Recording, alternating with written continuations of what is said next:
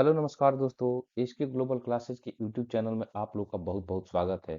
दोस्तों, आज का वीडियो जो है ना आप लोग के लिए बहुत ही महत्वपूर्ण होने वाला है, क्योंकि इस वीडियो में आज हम उत्तर प्रदेश पुलिस भर्ती परीक्षा यानी कि जो यूपी कांस्टेबल की जो भर्ती होनी है, उससे जितने भी अपडेट यानी कि अभी कल के डेट में आप लोगों के एज संबंधित जो अपडेट आए हैं, जिसमें आप लोगों को सभी कोटि के छात्रों को 3 साल का एज में छूट मिला है, यानी कि अधिकतम एज में 3 वर्ष की छूट प्रदान की गई है। उससे संबंधित बातें, कुल कितनी वैकेंसी है, कितने कब आवेदन करने की तिथि है, कब तक है, क्या क्या आप लोग को एलिजिबिलिटी होनी चाहिए, मतलब आप लोग के पास कौन सी डिग्री होनी चाहिए, क्या क्या अर्हता आप लोग को धारण करना होगा, तब आप इसके लिए एलिजिबल होंगे। शैक्षणिक यानी कि आप लोग को 10th 12th में कितना चाहिए, क्या चाहिए, और फोटोग्राफ से लिखित परीक्षा कुल कितने मार्क्स की होगी, फिजिकल टेस्ट कितना का होगा, ऑनलाइन आवेदन की प्रक्रिया कैसे कैसे करनी है, और सिलेबस से। तो इन सारे चीजों के बारे में जानकारी जो है दोस्तों, आज आप लोग को संपूर्ण जानकारी जो है इस वीडियो में दी जाएगी। आप लोग वीडियो के अंत तक बने रहिएगा, और जितने भी महत्वपूर्ण तथ्य है आप लोग को इस वीडियो में बताया जाएगा। तो देखिए, पहले तो मैं अपडेटेड जो आप लोगों का अभी जो नोटिफिकेशन कल के डेट में आया है, मैं उसको बता दूं। देखिए, यहाँ पर डायरेक्टली लिखा हुआ है क्या कि पुरुष एवं महिलाओं के लिए आरक्षित नागरिक पुलिस के पदों की सीधी भर्ती परीक्षा 2023 की चयन प्रक्रिया पूर्ण कराने हेतु ऑनलाइन आवेदन पत्र आमंत्रित किए गए हैं। खैर, वो सब एडवर्टाइजमेंट के बारे में बोल रहा है। यहाँ पर देखिए डायरेक्ट लिखा हुआ है क्या कि सभी श्रेणी के अभ्यर्थियों को अधिकतम आयु सीमा में 3 वर्ष की छूट प्रदान की गई है। तो ये आप लोग के लिए काफी गुड न्यूज है, ठीक है ना। आज से आप लोग के उत्तर प्रदेश पुलिस भर्ती परीक्षा के जो कांस्टेबल यूपी कांस्टेबल का आज से ऑनलाइन आवेदन जो है आप लोग की शुरुआत हो चुका है। और 3 वर्ष की जो आप लोग की कितने दिनों से मांग था कि अधिकतम आयु में जो है 3 वर्ष की छूट मिलनी चाहिए, तो ये उत्तर प्रदेश सरकार के द्वारा आप लोग को दे दिया गया है। तो चलिए फिलहाल हम लोग अगले स्लाइड की ओर चलते हैं, जिसमें हम लोग और सारी जानकारी जो है उसको देखेंगे। तो देखिए, यहाँ पर आप लोग को जो है अब यहाँ से एडवर्टाइजमेंट आप लोग को चालू होता है, यानी कि जो आप लोग को जो नोटिफिकेशन आए हैं उत्तर प्रदेश पुलिस भर्ती एवं प्रोन्नति बोर्ड के द्वारा। तो देखिए कितने टोटल वैकेंसी है आप लोग को। तो यहाँ पर आप लोग को टोटल वैकेंसी है 60,224 जो वैकेंसी है टोटल। देखिए यहाँ पर है 60,224 नहीं, 244, सॉरी, 244 वैकेंसी है। कोटिवार कितना है, तो देखिए अनरिजर्व कैटेगरी के लिए आप लोग को 24,102 है।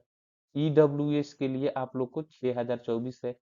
अन्य पिछड़ा वर्ग यानी कि ईबीसी के लिए आप लोग को 16,264 है। अनुसूचित जाति यानी कि एससी के लिए आप लोग को 12,650 है। एसटी के लिए आप लोग के लिए 1,204 है।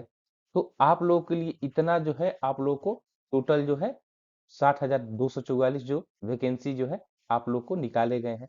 और देख लीजिए, आप लोग का जो उत्तर प्रदेश पुलिस में आरक्षित के लिए जो भर्ती होगा उसमें आप लोग का ग्रेड पे यहाँ पर दिया हुआ है, यानी कि पे बैंड 5200 से 20,200, और ग्रेड पे आप लोग का 2,000 होगा, ठीक है। और नए वेतनमान मैट्रिक्स में वो 21,700 हो जाता है। तो इन चीजों को देख लिया जाए।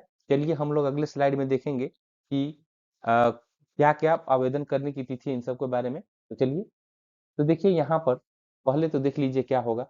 यहाँ पर आरक्षित नागरिक पुलिस के पद पर भर्ती हेतु पुरुष एवं महिला अभ्यर्थी दोनों पात्र होंगे, यानी कि पुरुष भी भर सकते हैं, महिला भी भर सकती हैं, ठीक है। परीक्षा के पूर्व किसी भी समय रिक्तियों में परिवर्तन की जा सकती है, यानी कि जब तक परीक्षा नहीं हो जाती है तब तक रिक्ति को या तो बढ़ाया जा सकता है या तो घटाया जा सकता है, ठीक है। या किसी भी समय भर्ती के किसी स्तर पर बिना कोई कारण बताए निरस्त भी की जा सकती है। तो इस चीज को भी आप लोग देख लीजिए, ये आप लोग का है। आवेदन करने की समय सारणी देख लीजिए यहाँ पर। ऑनलाइन जो आप लोग को आवेदन करना है, शुल्क जमा प्रारंभ होने की तिथि जो है आप लोग को 27/12/2023 से, यानी कि आज से जो है आप लोग को ऑनलाइन आवेदन और शुल्क जमा करने की दोनों की तिथियां जो है आज से जो है प्रारंभ हो गई हैं।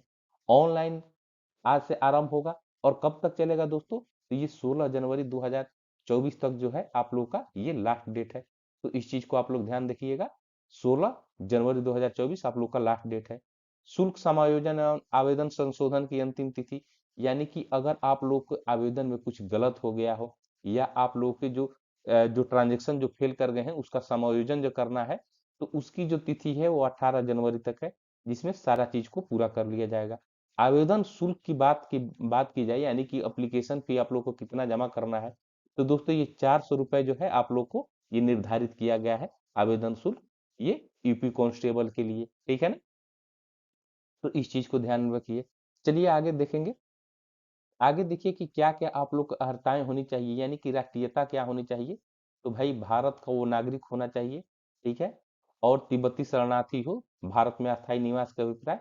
इन सब चीजों में बहुत ज्यादा ध्यान नहीं लगाना है। आप लोग जो है जितने भी उत्तर प्रदेश के और जितने भी भारत के नागरिक हैं वो भर सकते हैं। ये उनके लिए जो है पूरा, इसमें कोई दिक्कत नहीं है। बाकी ये सब चीजें जो है आप लोग को एडवर्टाइजमेंट में दी गई है, इसमें बहुत ज्यादा दिमाग लगाने की जरूरत नहीं है। तो चलिए नेक्स्ट देखेंगे हम लोग। नेक्स्ट यहाँ पर देखिए, हाँ ये बहुत इंपॉर्टेंट आप लोग के लिए हो गया, ठीक है ना। ये महत्वपूर्ण आप लोग के लिए कि शैक्षणिक अर्हता में क्या होनी चाहिए। तो भारत में विधि द्वारा स्थापित बोर्ड एवं 10वीं एवं 12वीं कक्षा में उत्तीर्ण होनी चाहिए। 10वीं और 12वीं दोनों में उत्तीर्ण होनी चाहिए दोस्तों, मैं बार बार कह रहा हूँ, आप लोग सुन लीजिए। 10वीं और 12वीं, ठीक है ना। 10वीं और 12वीं दोनों में उत्तीर्ण एकदम होना चाहिए, या सरकार द्वारा मान्यता प्राप्त उसके समकक्ष समकक्ष अर्हता होनी चाहिए।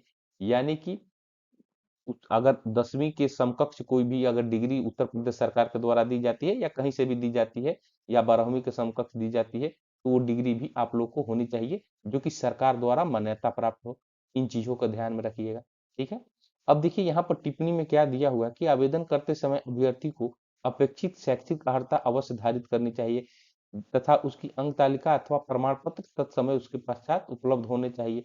यानी कि इसका कहने का मतलब ये है ना कि आप लोगों को इसमें पास होना चाहिए, यानी कि 10वीं और 12वीं की दोनों का आप लोग को मार्कशीट एज वेल एज आप लोगों का जो मूल प्रमाण पत्र है वो आप लोग के पास होना चाहिए। अपियरिंग वाले कैंडिडेट इसके पात्र नहीं होंगे, यानी कि जो अभी सपोज कर लीजिए कि जो 12th में अपियरिंग होंगे, जिनका परीक्षा जो है अगले साल होने वाला है, यानी 2024 में, वो इसके लिए एलिजिबल नहीं है। इस चीज को ध्यान में रखिएगा, ठीक है। ये इसका बात हो गया।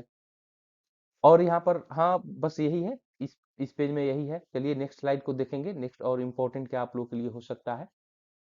अब देखिए यहाँ पर अधिमानी अर्हताएं, यानी कि देखिए यहाँ पर क्या चीज है। यहाँ पर अगर ये अन्य बातें समान होने पर ऐसे अभ्यर्थी को अधिमान, यानी कि प्रेफरेंस जो है आप लोगों को, जो लोग जो है अभी कंप्यूटर साक्षरता पर काफी ध्यान दिया जा रहा है, तो DOEA CC के द्वारा या आप लोग को NIELT के द्वारा जो आप लोग के कंप्यूटर में ओ स्तर का जो आप लोग का प्रमाण पत्र मिलता है, उन लोगों को जो है प्रेफरेंस दिया जाएगा।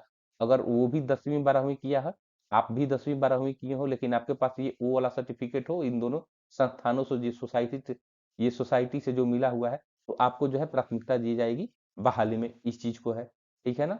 अगर आप लोग प्रादेशिक जो सेना है उसमें न्यूनतम 2 वर्ष की अवधि तक सेवा किए हैं, तो उसकी भी जो है प्राथमिकता प्रेफरेंस दी जाएगी। तीसरा जो है, जो NCC यानी कि राष्ट्रीय कैडेट कोर जो का जो बी प्रमाण पत्र जिनके पास हो, उनको भी प्रेफरेंस दिया जाएगा अन्य अभ्यर्थियों की तुलना में।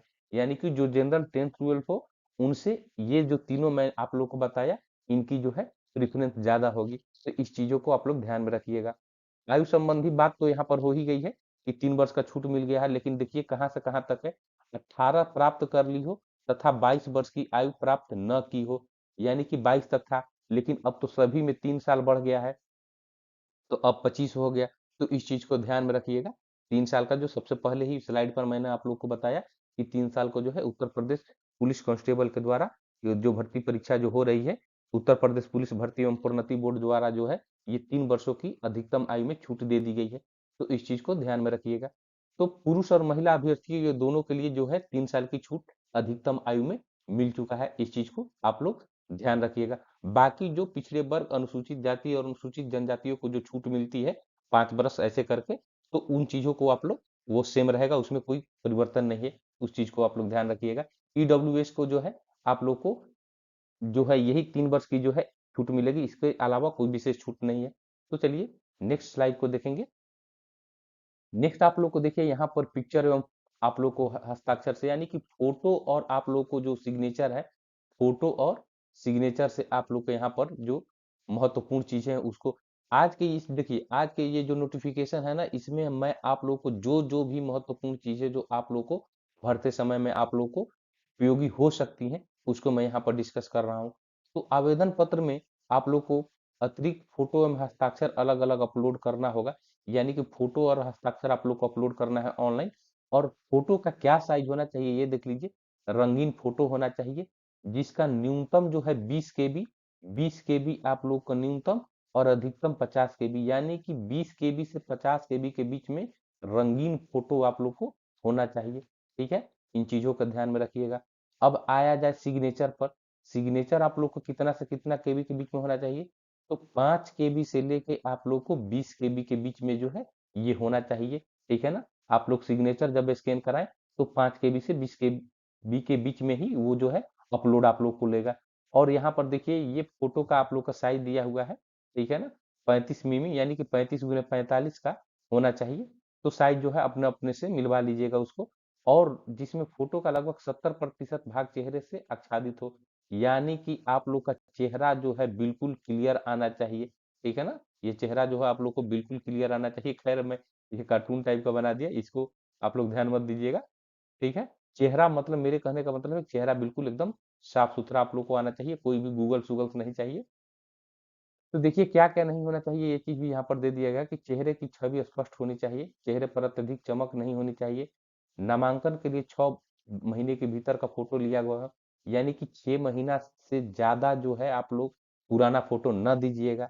सफेद एवं हल्के ग्रे कलर की सादी पृष्ठभूमि में आप लोग का जो फोटो का जो ये पीछे का बैकग्राउंड होगा ना, वो आप लोग को व्हाइट रखना है या ग्रे रखना है। ठीक है ना, ये व्हाइट रखना है या ग्रे रखना है। तो आप लोग इसको ये ध्यान रखिएगा जब फोटो आप लोग खिंचवाइएगा तो। ठुड्डी का शिखर तक साफ, ठुड्डी से शिखर तक साफ दिखता हो, यानी कि आप लोग का ठुड्डी यानी कि जो चिन्ह होता है ना, वो आप लोग का बिल्कुल साफ सुथरा वो दिखना चाहिए। मतलब ऐसा ना हो कि सिर्फ आप लोग का आंखें दिखाई दे रहा हो, इस चीज को ध्यान में रखिएगा। तटस्थ अभिव्यक्ति मतलब मुंह बंद आपका होनी चाहिए और आंखें खुली होनी चाहिए। ऐसे ना हो कि मुंह खुला है दांत दिख रहा है, ऐसा कुछ नहीं होना चाहिए फोटो में। आंखें बिल्कुल स्पष्ट रूप से खुली होनी चाहिए। चेहरे के दोनों किनारे पर दोनों कान दिखने चाहिए आप लोग जो फोटो खिंचवाइएगा। तो इन चीजों को आप लोग ध्यान रखिए। कैमरे पर सीधी नजर होनी चाहिए, यानी कि कोई तिरछा इधर उधर करके अलग पोज में ना फोटो खिंचवा लीजिएगा, इस चीज को ध्यान रखिएगा।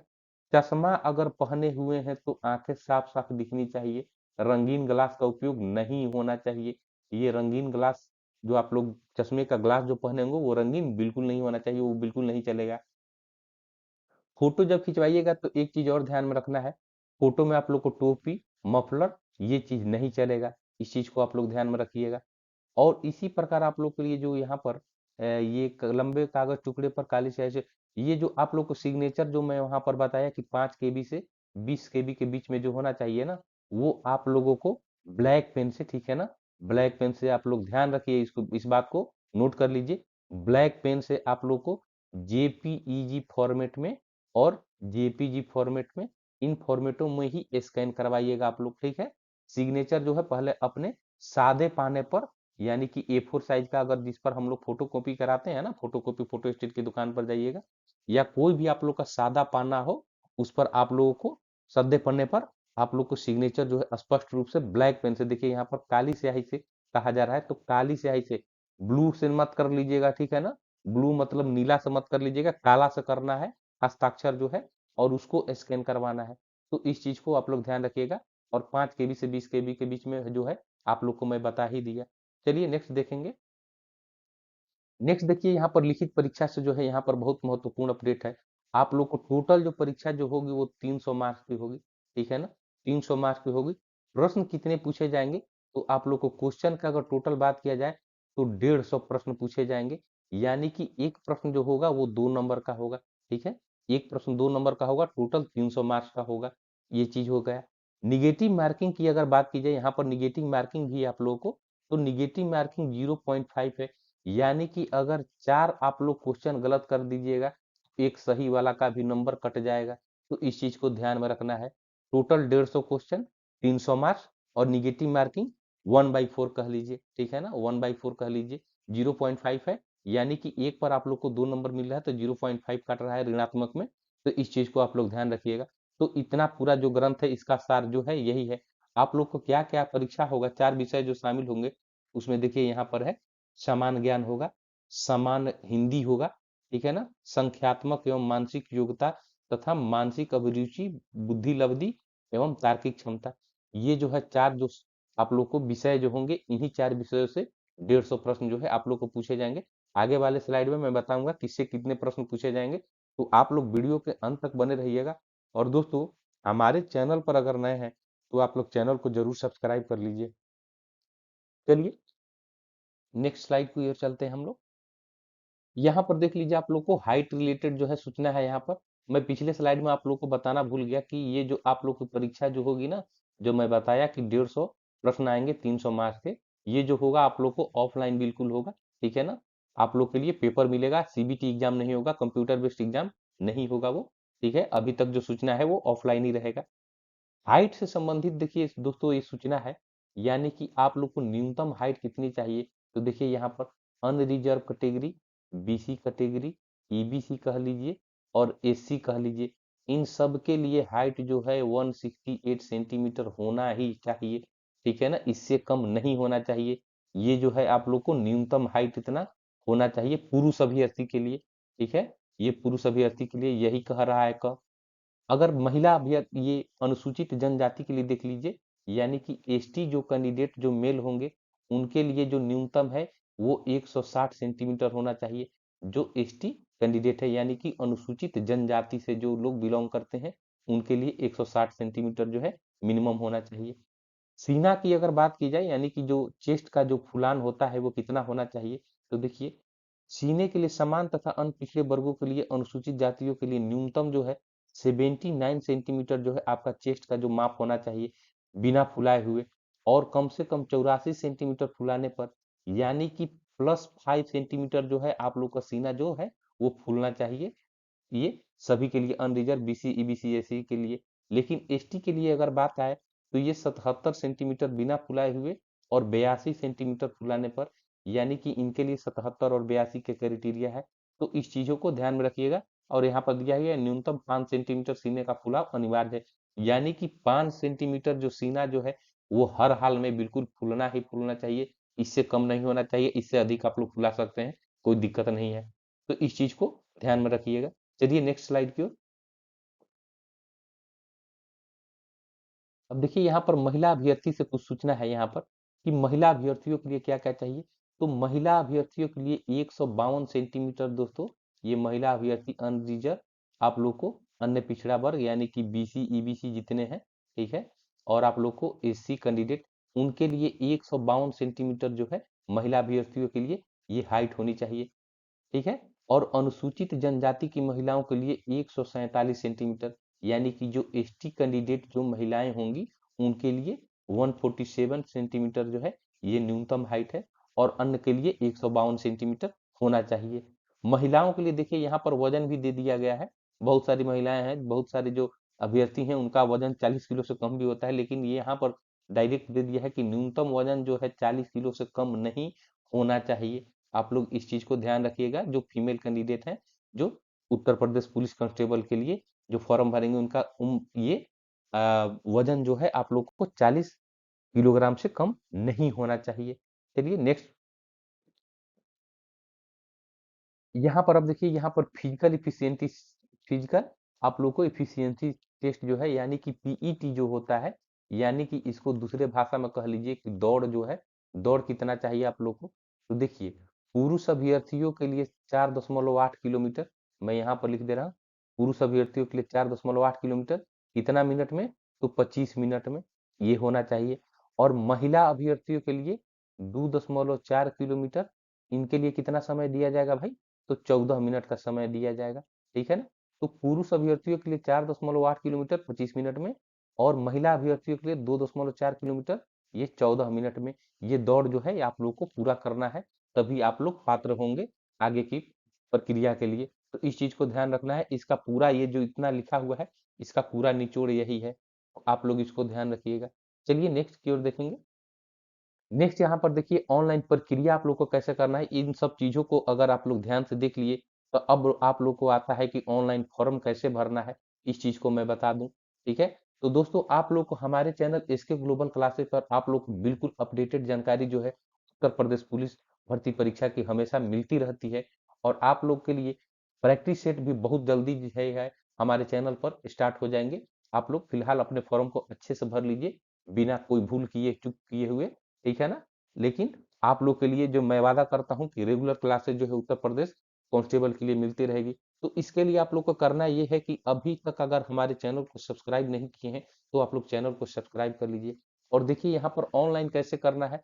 तो पहले आप लोग को जाना है https UPPB, ये जो है आप लोग के इस साइट पर सबसे पहले जाना है और पहले आप लोग को कैंडिडेट रजिस्ट्रेशन करना है, ठीक है ना। ये उसके बाद आप लोग को वहां पर एक चेकअप बॉक्स आएगा, ऐसे करके उसके बाद टिक करके आप लोग को आगे बढ़ना है, ठीक है। आप लोग को आवेदन शुल्क जो है आप लोग डेबिट कार्ड यानी कि एटीएम से भी कर सकते हैं, क्रेडिट कार्ड से भी कर सकते हैं, इंटरनेट बैंकिंग से भी कर सकते हैं, और यूपीआई यानी कि जो लोग फोन पे गूगल पे ये सब जो यूज करते हैं उसके माध्यम से भी जो है आप लोग का जो आवेदन शुल्क जो 400 रुपया लगा है इस बार, तो वो 400 रुपये का जो है आप लोग इन माध्यमों से कर सकते हैं। और आप लोग को ये वेबसाइट जो है आप लोग इसी वेबसाइट पर, ये ऑफिशियल आप लोग का साइट है, ठीक है ना। आप लोग दूसरे कहीं अलग साइट पर मत चले जाइएगा, ये ऑफिशियल साइट पर जाकर आप लोगों को जो है आप लोग को रजिस्ट्रेशन पहले करना है, उसके बाद आगे की जो फॉर्म भरने की प्रक्रिया है एक एक चरणवार आप लोग को करना है उस तरह, ठीक है। अगर आप लोग को किसी भी तरह की परेशानी आ रही है फॉर्म भरने में, तो देखिए यहाँ पर एक हेल्पलाइन भी जारी किया गया है। हालांकि इन हेल्पलाइन नंबरों पर जो जहां तक मुझे मालूम है कि बहुत कम ही बात हो पाती है, क्योंकि इतना बिजी हो जाता है ये लाइन बहुत सारे अभ्यर्थियों को एक ही बार में एक साथ कॉल करने पर। तो थोड़ा सा आप लोग ध्यान दीजिएगा। और जो भी आप लोग को अगर कोई प्रॉब्लम आप लोग को अगर आए फॉर्म भरने में, तो आप लोग कमेंट बॉक्स में जरूर कीजिएगा कि सर मुझे ये प्रॉब्लम आ रहा है। फिलहाल आप लोग के लिए जो आयोग द्वारा जो है ये हेल्पलाइन जो जारी किया गया है 044 477 49 010, ठीक है ना। तो इस नंबर को आप लोग ध्यान में रखिएगा। और आप लोग को ये 18 जनवरी 2024 तक जो है आप लोग को एक्टिव रहेगा, 18 जनवरी 2024 तक जो है ये एक्टिव रहेगा। तो इस बात को भी आप लोग को ध्यान में रखना है। चलिए नेक्स्ट नेक्स्ट यहाँ पर देखिए, अब आप लोग को यहाँ पर बहुत महत्वपूर्ण चीज आ गया, ये आप लोग का ये सिलेबस आ गया, ठीक है ना। अगर आप लोग अभी तक नोटिफिकेशन नहीं देखे हैं तो इस सिलेबस को जो है आप लोग स्क्रीनशॉट कर लीजिए। ये स्क्रीनशॉट आप लोग कर लीजिए अपने मोबाइल में अगर देख रहे हैं तो, और लैपटॉप में देख रहे हैं तो इसको सेव कर लीजिए। देखिए पहला जो है आप लोग को 4 विषय से वहीं पर बताया गया कि 4 विषयों से कुल 150 प्रश्न पूछे जाएंगे और 300 मार्क्स पे पूछे जाएंगे। इन चीज को ध्यान रखना है। तो देखिए जनरल नॉलेज का क्या क्या आप लोग का ये सिलेबस है, इसको देख लीजिएगा। सामान्य हिंदी से आप लोग को जनरल हिंदी से क्या क्या पूछा जाएगा, इसको भी देख लीजिएगा। तो 2 विषय यहाँ पर हो गए। चलिए नेक्स्ट 2 विषय को देखेंगे। नेक्स्ट 2 विषय है यहाँ पर देखिए कि संख्यात्मक एवं मानसिक योग्यता यानी कि न्यूमेरिकल एंड मेंटल एबिलिटी से जो आप लोग को प्रश्न पूछे जाएंगे। तो देखिए न्यूमेरिकल एबिलिटी मतलब आप लोग को जो ये मैथ से जो क्वेश्चन पूछे जाते हैं ना वो आप लोग को, और मेंटल एबिलिटी आप लोग को जो रीजनिंग से जो है ये प्रश्न जो पूछे जाएंगे उसको यहाँ पर दिया हुआ है।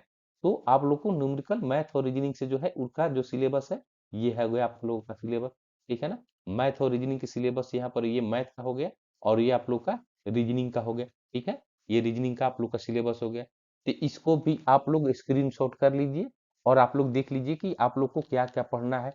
और आप लोग को सारी क्लासेस जो है दोस्तों ये आप लोग बिल्कुल सिलेबस के अनुसार हमारे चैनल इसके ग्लोबल क्लासेस पर बहुत जल्द ही उपलब्ध होना शुरुआत हो जाएगा। यानी यूँ कह लीजिए कि आप लोग के लिए जो है यूपी पुलिस कांस्टेबल के लिए जो है स्पेशल क्लासेस हमारे चैनल पर आप लोग को लगातार मिलते रहेगी इसके ग्लोबल क्लासेस पर। तो चलिए नेक्स्ट जो चौथा विषय है वो देख लीजिए। फोर्थ नंबर विषय आप लोग को मानसिक अभिरुचि, बुद्धि लब्धि एवं तार्किक क्षमता यानी कि mental aptitude, IQ and reasoning ability से जो है आप लोग को यहाँ मेंटल एप्टीट्यूड से जो है आप लोग का सिलेबस जो है यहाँ पर ये है मेंटल एप्टीट्यूड का। और आप लोग के यहाँ पर आईक्यू से जो है ये आप लोग से जो प्रश्न पूछे जाएंगे इन चीजों को यहाँ पर देख लीजिए, ठीक है। चलिए नेक्स्ट देखेंगे। अब यहाँ पर देख लीजिए थोड़ा सा ग में जो है आप लोग को रीजनिंग एबिलिटी से जो प्रश्न आप लोग को पूछे जाएंगे, यानी कि वहां भी एक रीजनिंग था तो उसमें थोड़ा सा जो रीजनिंग का सिलेबस है वो देख लीजिएगा। यहाँ पर आप लोग का जो रीजनिंग एबिलिटी से यानी कि तार्किक क्षमता से जो आएंगे जिसमें एनालॉगी, सिमिलरिटी, डिसिमिलरिटी, और आप लोग को ये एनालिसिस, जजमेंट और डिसीजन मेकिंग जो इस टाइप के जो प्रश्न पूछे जाते हैं, तो इसको भी आप लोग स्क्रीनशॉट कर लीजिए। तो ये जो हो गया आप लोग का टोटल जो हो गया ये यूपी पुलिस कांस्टेबल का आप लोग का ये सिलेबस हो गया, ठीक है ना। ये टोटल आप लोग को सिलेबस हो गया। तो आशा करता हूं कि आप लोग को जितनी मैं जानकारी दिया हूं आप लोग इसका जरूर लाभ उठाइएगा। और अच्छे से आप लोगों को जो आप लोग का एडवर्टाइजमेंट निकला है उसको बहुत अच्छे तरीके से आप लोग को मैं समझा दिया हूँ और आप लोग समझ भी गए होंगे। तो दोस्तों आज का यह वीडियो यहीं पर आप लोग समाप्त करता हूँ मैं, ठीक है ना? इस वीडियो को मैं यहीं पर समाप्त करता हूँ और अंतिम में मैं ये कहना चाहूँगा कि आप लोग जो है आप लोग को लगातार उत्तर प्रदेश पुलिस कांस्टेबल की जो है क्लासेज हमारे चैनल पर मिलते रहेगी। इसके लिए आप लोग को चैनल को सब्सक्राइब करना होगा और इस वीडियो को भी लाइक कर दीजिए और अपने दोस्तों को भी शेयर कर दीजिए ताकि वो लोग भी फॉर्म भरते समय कोई गलती ना करें। तो दोस्तों आज के लिए बस इतना ही। जय हिंद दोस्तों।